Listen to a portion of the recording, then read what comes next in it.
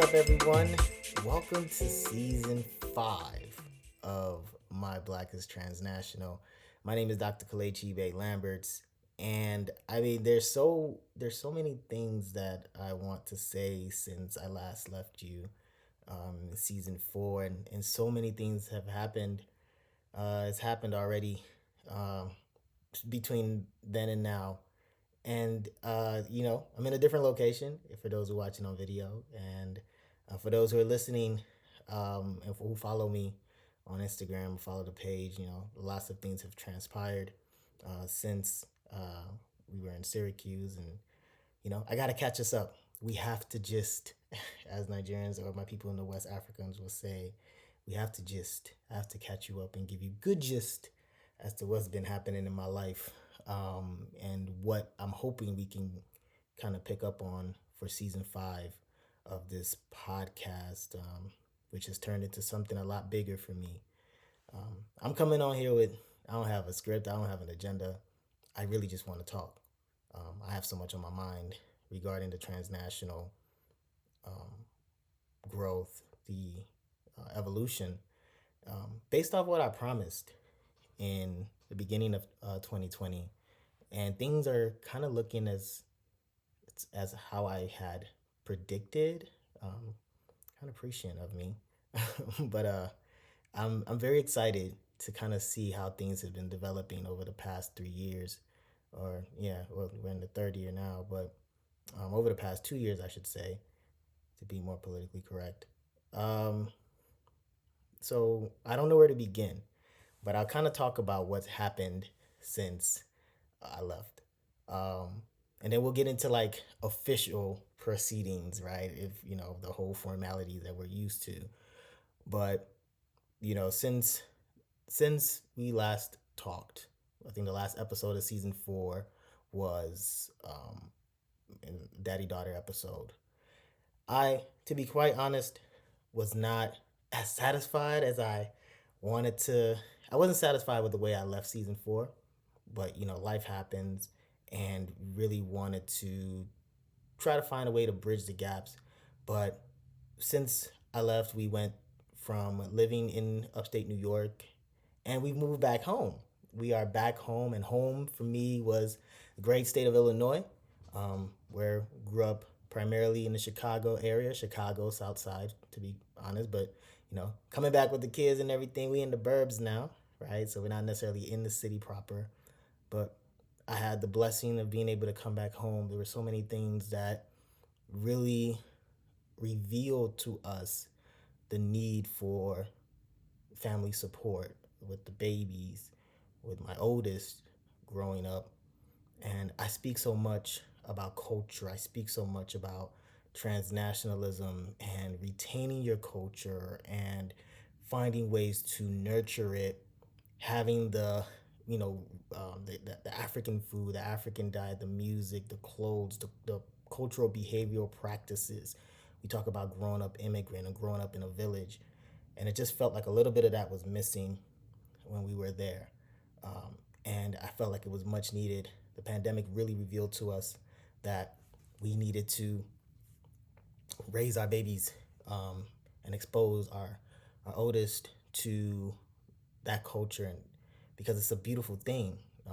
And so when an opportunity was presented to my wife, Dr. Wanda, who y'all know, and me, we were at a fork in the road as to what we wanted to do. It was really good that we were able to find ourselves kind of coming back home to Chicago, where we're reacclimating ourselves. It's a very different experience coming back home as an adult with 3 kids and a wife, right? And when I left Chicago to go to college, I was a 16-year-old boy, and I come back and I'm a 32-year-old man, with an entire household. And so living in Chicago, or living in the Chicagoland area, is going to be a reacquaintance of sorts, and even almost like being in a new city, because now we paying bills. It's not just like curfew, going to your mom's house and living under someone else's roof. You create your own household with your own rules and expectations, and now I'm influencing children, my children, to what I'm forming them, I'm molding them in this environment, and having that support, the aunties, the uncles, the cousins, the friends at our families, to be here, to talk about all the things that we do in terms of sustaining our traditional yet evolving cultural practices as Black immigrants in America. I thought it was a beautiful thing to be able to see how the kids are going to adjust and embrace it. So, but what does that mean for the podcast? And that kind of took, that took some time to, for me to process how I wanted to go about doing this. Because now I'm in I got a new job, right? I'm in a new university, some expectations. It's a bigger city. Kids are growing. Time management is something that I truly value, but I also know it's an ongoing skill. It's never ending practicum. So I really wanted to figure out how to go about still providing quality in the content, really bringing to the listeners, those who are listening, uh, the same type of information, knowledge, conversations, and just authenticity to the forefront. And so it took me some time to really figure out how to go about putting the season together while still trying to adjust and transition back to the land. And when I say the land, I mean Chicagoland, not like motherland, right? And so really trying to figure out how to get back into the swing of things with our new normal. And so I appreciate those who have been patient and waiting for me to put on another episode and bring some more content. I'm looking forward to a great season, but I think this season will be a little different in terms of how we go about producing it. Definitely hoping to do more video. Definitely hoping to do a little bit more quality over quantity.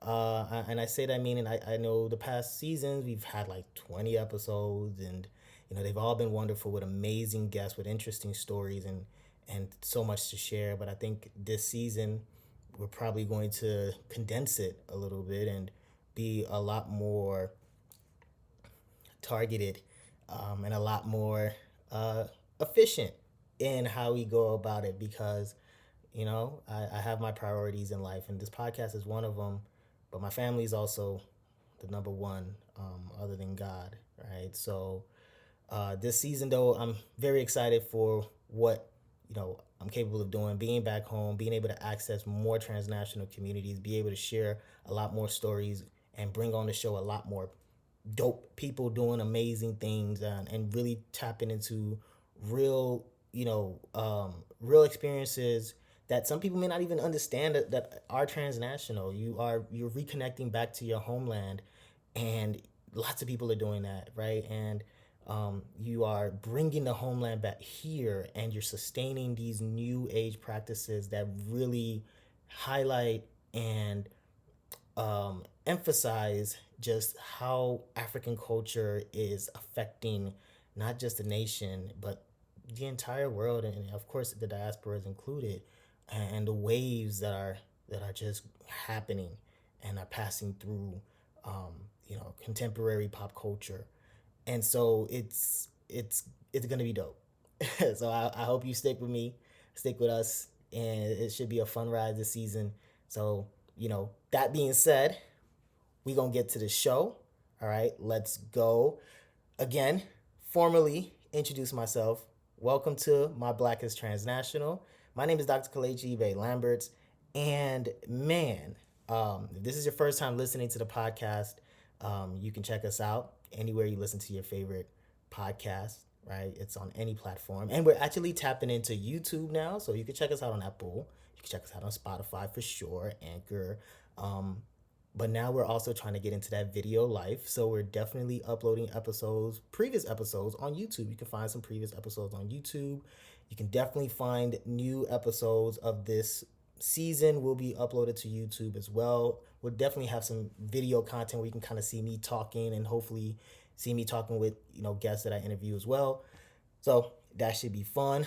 You can follow me on Instagram at Black Transnational underscore. You can follow this podcast at Black Transnational Podcast. We're also on Facebook at Black Transnational Podcast. You can check out our website at MBIT or blacktransnational.com actually. You can scratch out the MBIT part. But blacktransnational.com is our website. All the content is there from season 1 through season 4. All information about our guest and what's to come will be on the website as well. So please definitely check that out if you're looking for more information. Definitely working on like trying to do, I see y'all, some of y'all love the hat. We got a new logo. We kind of interchange it, right? But hoping to do a little bit more of some merch for those who are interested. I'm working on that. So be on the lookout for that being posted on the social media and on the website as well. Trying to do some more hats, hoodies, some shirts maybe. Trying to do a little bit more of that, just to kind of show a little bit more representation of what it is to be transnational up in here. But yeah, so things are. Where am I? As far as what do I want to talk about today, right? I really just had in my spirit like some more like it's been a lot of like fun things pop in, right? And I've just been like watching, just very closely observing all the things. Like I said, like this transnational 20s is really a thing. It's really happening. Like the movement, like people are really taking Africa seriously. And for whatever that is worth, right? In terms of, of course we have lots of things that we need to work on, but this idea, I mean, and there's so many things that we're gonna cover this season. So I mean, I'm just really going off the dome right now as far as what's really happening. But I really just want to bring to the forefront that like it's really becoming a very cool thing to not just be African, not just be African immigrant, but it's really becoming cool to mess with Africa and the islands, the rest of the diaspora. It's slowly baking, it's slowly budding, but we are now at that beginning stage, as I mentioned. When I talked about it in 2020, the idea of people are starting to go back, right? And people are starting, in Ghana had kind of been one of the more, um, the figureheads or spirit or vanguards would be a more like, I guess, academic word, but they've been kind of the vanguards in leading the charge and bringing people back home. And there's so many people now that are really embracing the idea of going back to Africa and engaging with their roots. And I mean, it's like, so when I'm sitting here, like observing it, whether it's on social media, I'm seeing it on TV, right? I'm seeing this people are like, man, oh, this is my first time going back to Africa. I mean, we're talking celebrities, right?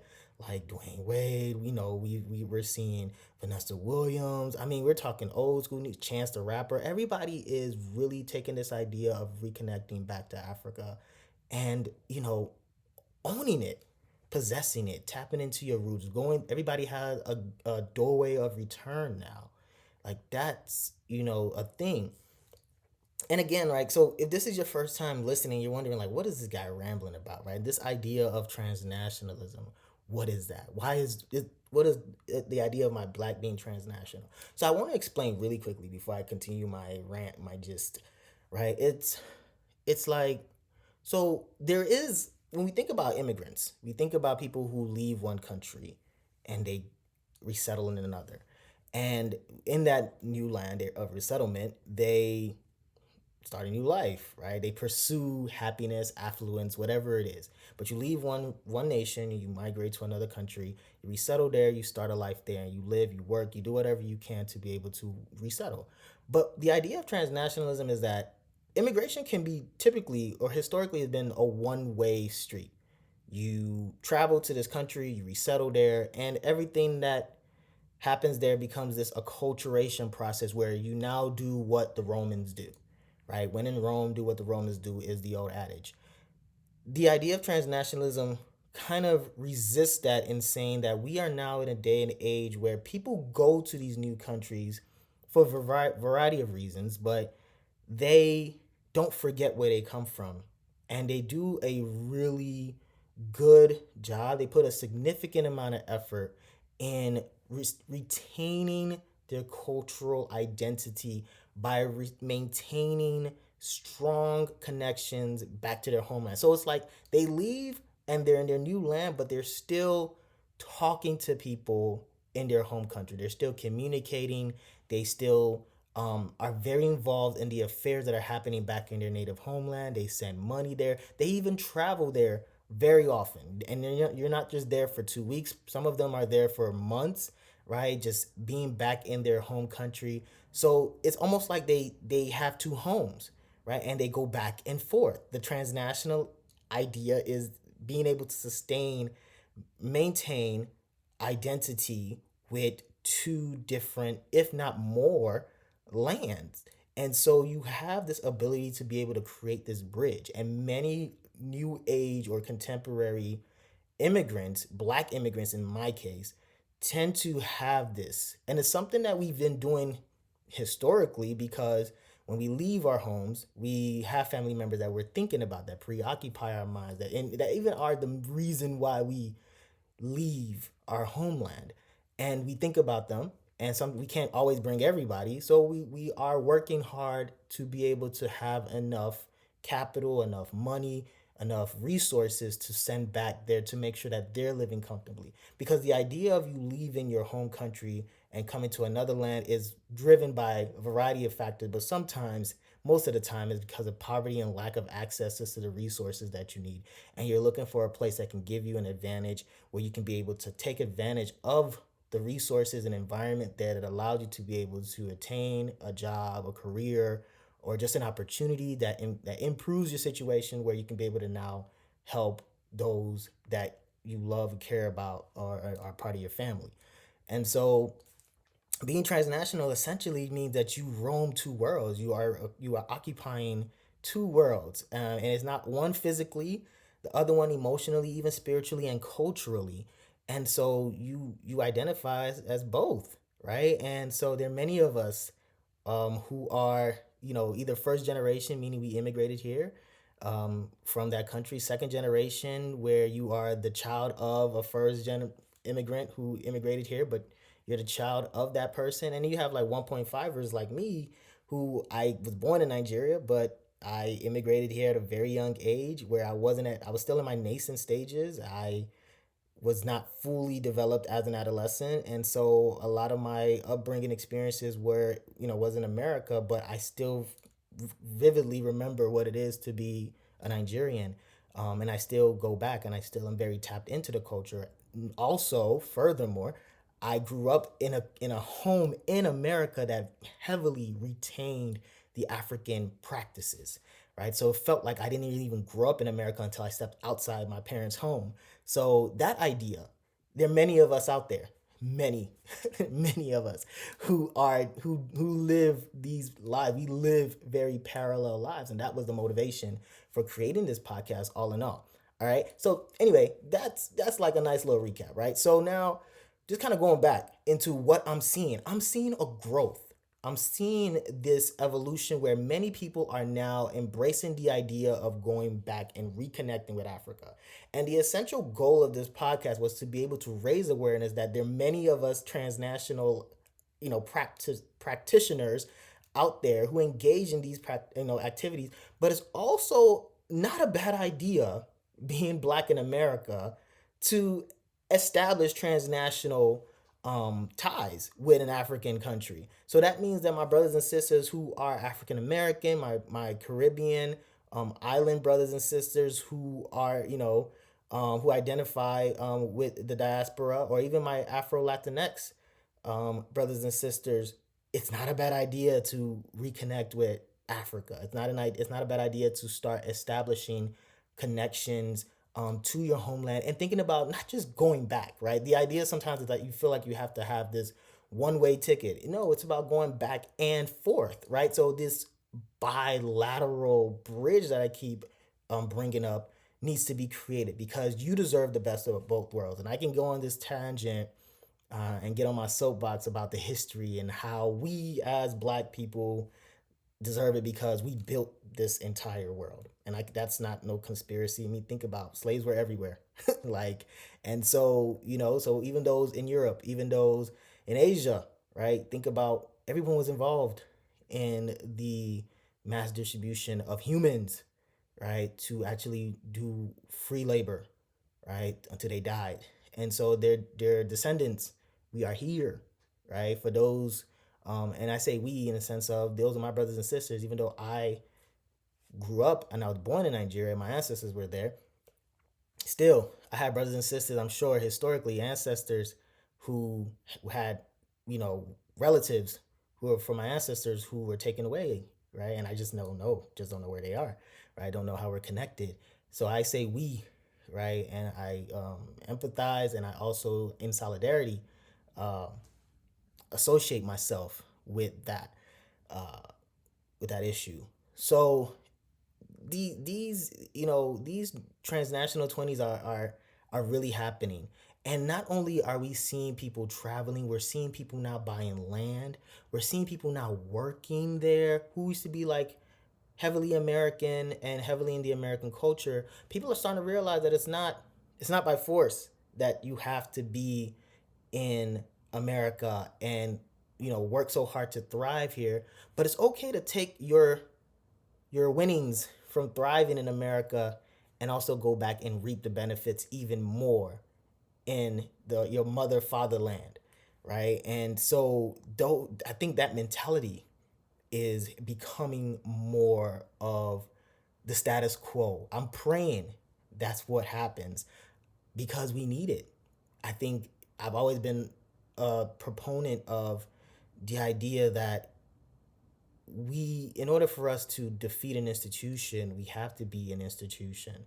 And don't get me wrong, like in order for us to be an institution, we have to be grounded in something. We have to be grounded in something that's ours. That's something that we built. And again, of course, historically, we know the history of what blacks in America did and what they built, and it's rightfully yours.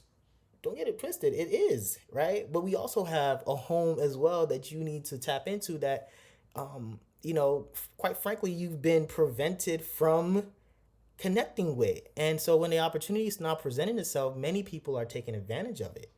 The last time I talked about this, it was really focusing on just the growth of these second generation, 1.5 generation African immigrants, really now saying, hey, like, I'm African. And, these people are everywhere. We see it in our celebrities, our athletes, our musicians, right? The growth of Africa and the African vibe, the culture was becoming prominent. And now it's gone from just prominence to more actions. So shout out to everyone that's really making a concerted effort to bring in people back home. I've had some of them on the show, right? Discover Giddy with Chidi and Ugo, and now my boy Mike B doing his thing with Chance the Rapper and the Black Star Festival. Big congrats on that, Mike, if you ever hear this, right? That's major. And all the other founders, and I'm hoping I can have Duimo on here. And we got, in addition to just tapping back to Africa, you got other people that are doing things, on a global level. And I'm really hoping that this season I can tap into um, not just the West Africans, but I really want to start having real conversations with people from other parts of Africa that sometimes we don't necessarily get great insight in their transnational experiences. People who are North African or what they call MENA, the Middle Eastern North African individuals. I want to talk to more Afro Latinx people. I'm hoping to talk with more Caribbean immigrants and Jamaicans. I really want to talk to more black people in other parts of the globe to see what their experiences are. I want to talk to people in Switzerland, in London, in Japan, because we're everywhere and we have the right to be global citizens.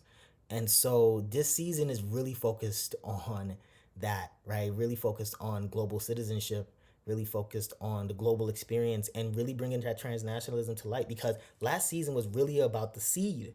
being planted, right? And that was what I would call it. It was called, um, you know, it was called, what was it called? Lord, I forgot what it was called. It was like rooting, it was like harvest season or something like that. But it was really focused on the seed, right? And planting that seed and really reaping the benefits of what we planted. And we starting to see that tree grow. And that's the metaphor is crazy because when I came up with this, I was really just in my feelings. Like I was really just like talking yama yama, like I wasn't really, I was fairly confident, but I just didn't think it would be this quick. Let me just say it like that. Like I wasn't thinking it was gonna be something that was gonna happen very quickly. I really felt like it was going to maybe take 5 years. And I think we're still on that track where I think the big growth will take that time. I think by the end of this decade, we'll really feel it. But right now, to be able to see these things happening, the Dirty December thing, that Dirty December thing that's happening, like we used to just really laugh about it amongst ourselves in like our own little, cultural silos, or even in like our clubhouses on on the app. But now, this thing is like this Dirty December thing is real. People are going home and they're having a vibe. They're kicking it. They're really enjoying Africa. They're tasting it and it's sweet. You feel me? So like it's one of those things where we're not going anywhere, right? If anything, it's growing. It's growing. It's up, baby, and it's stuck. You know what I'm saying? It's up and it's stuck. This transnational vibe, this growth of the second gen, even the first gen of immigrants and being cool Africans and really bringing Africa to the world, it's up and it's stuck. There's really nothing else you can do about it because we're here and we have stake in the game. We have a role, whether it's politically, whether it's economically, whether it's, in pop culture, whether it's, in entertainment, whatever it is, we're here. There's somebody that's out here that's the child of a black immigrant and they're making waves. And not only are they making waves, now they're saying, yo, I'm going to bring you with me, right? Let's go back to the land. Let's rediscover where we from together, right? And so I'm very proud of that. I'm very proud to know people who are doing that. I'm very driven to be able to now continue to do this talk. I mean, as I'm talking about it now, like I'm fired up because I'm thinking about it. Like I said, I don't have no script. That's my notebook. I don't got nothing on it. I just got a couple of scribbles here and there. And it's really just what I've been seeing. I'm probably sure I'm gonna miss a lot of other points that I could have made if I was more organized. But I really just wanted to kick off this season by just saying, watch out. Like this thing, this being black and transnational, it's a real thing. And so I really hope that people continue to buy in. I really hope that we have conversations that make us uncomfortable but help us grow in learning about each other, bridging the gap. There's so many gaps that we need to bridge, and there's so many things that I'm going to discuss with you on season 5 about the black immigrant experience, of course, here, right? Really tapping a lot more into my research background and talking about some of the issues and the challenges that are happening now that black immigrants in the US have been here for a significant period of time. I'm talking first gen, right? A lot of them are now 30, 40, 50 years in the country. And what is that doing as far as our health, economy, and everything? But also now focusing on the second gen, the 1.5ers and beyond, and what we are trying to do and what we're trying to create and how we're leveraging our bicultural experiences and our transnational identity, and we're trying to create something special, and we're trying to reimagine blackness in the world. And that's a beautiful thing, right? Because blackness needs to be reimagined. It needs to be let me see, it needs to be reintroduced. It needs to be reintroduced because I think sometimes people got us twisted. And I think people are starting to learn that there's some really, I mean, because people, I mean, the truth be told, underneath it all, we've always been doing amazing things for other people. We've always been doing great things for other people. That's always been, I mean, not just Africans, but like black people in America, we've always done great things for other people. And I think it's time for us to start doing more for ourselves, right? I mean, it sounds very cliche, and of course, it goes without saying that we have a lot more to do. But I think that we are more intentional, and we are less resistant, and we are more grounded or focused on becoming more grounded in our roots and letting that drive us. So I'm really hoping that as I'm getting ready to wrap up, I really hope that we can focus more on bridging that gap between African and African Americans, and even the gaps between Africans and Caribbeans. There's a little bit of, people sleep on it, but there's a little bit of tension that needs to be addressed there too. Not much, there's not much of a disparity between African Americans and Africans as they are. There's not.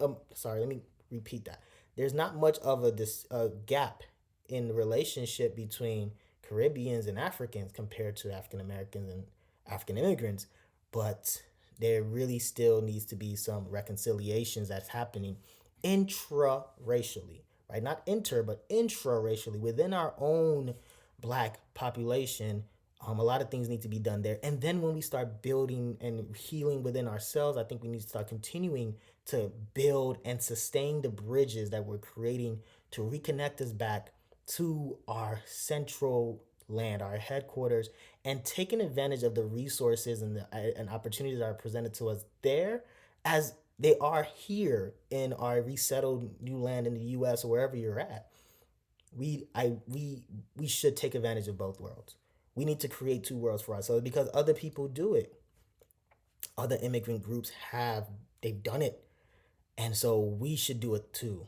And there's nothing wrong with that. We should be able to not just come to these countries to survive, but thrive, right? And I think that's what's gonna happen during these transnational 20s, as I've dubbed it. So this season, man, again, just look out for a lot of really good conversations. Not many episodes, but I'm really hoping to have great content. I hope that if you've made it this far in this episode, thank you so much for sticking with me and just hearing me rant. I'll be a lot more structured. I'll be way more structured the next time we talk in terms of just really breaking things down. But I really just wanted to talk. I really just wanted to kick this season off with me being very transparent, authentic, and really just sharing what's on my mind because I felt like, man, things were passing me by, and I'm a very competitive person. Even I know this about me. I'm very self driven in things, and so I was just like, man, I've been saying this and I've been seeing it happen, and I'm not like everybody's chopping and they're making their own food, and me, I'm dieting. They owe me. I'm dieting. Everybody else is eating good, and me, I'm sitting on a diet. When I'm the one that was sitting here saying that we need to make this transnational meal back in 2014 ish, man, So I just, of course, it's a beautiful thing to see, but I also was like, we have to get this season rolling. So I am glad that I'm able to get back in the car seat, and I hope you all are able to enjoy this ride with me this season. We have a lot of great things to talk about, very interesting things that I really want to bring to the forefront. Like I said before, some that may ruffle some feathers, but I'm down. I'm into it. So again, I just want to thank you all for listening. Please stick with us this season. And again, if you want to learn more about us, you can check us out at blacktransnational.com. You can also find us wherever you listen to your favorite podcast. So please be sure to rate and review this podcast. This is the first time I'm really doing a video. Like, this is the first time I'm doing did you hear that? This is the first time I'm doing like a solo video, right? Like, I've always been very nervous about that. Like, it's crazy. I've always been very nervous about like being on video and like, man, like, especially like talking to myself, doing solo shows. I can do a good solo show when I'm not on camera, but like the fact that I'm actually doing this, I'm actually very proud of myself. So I wanted to share that moment with y'all as well. But I'm hoping we have more videos and we'll be on YouTube, and I'm hoping for more collabs. It's gonna be a vibe, right? So this is definitely it's definitely one for the books. So thank you all again, and as normal, as usual, until next episode, my name is Dr. Ibe-Lamberts. My Black is Transnational, and I hope hope by the end of this, yours will be too.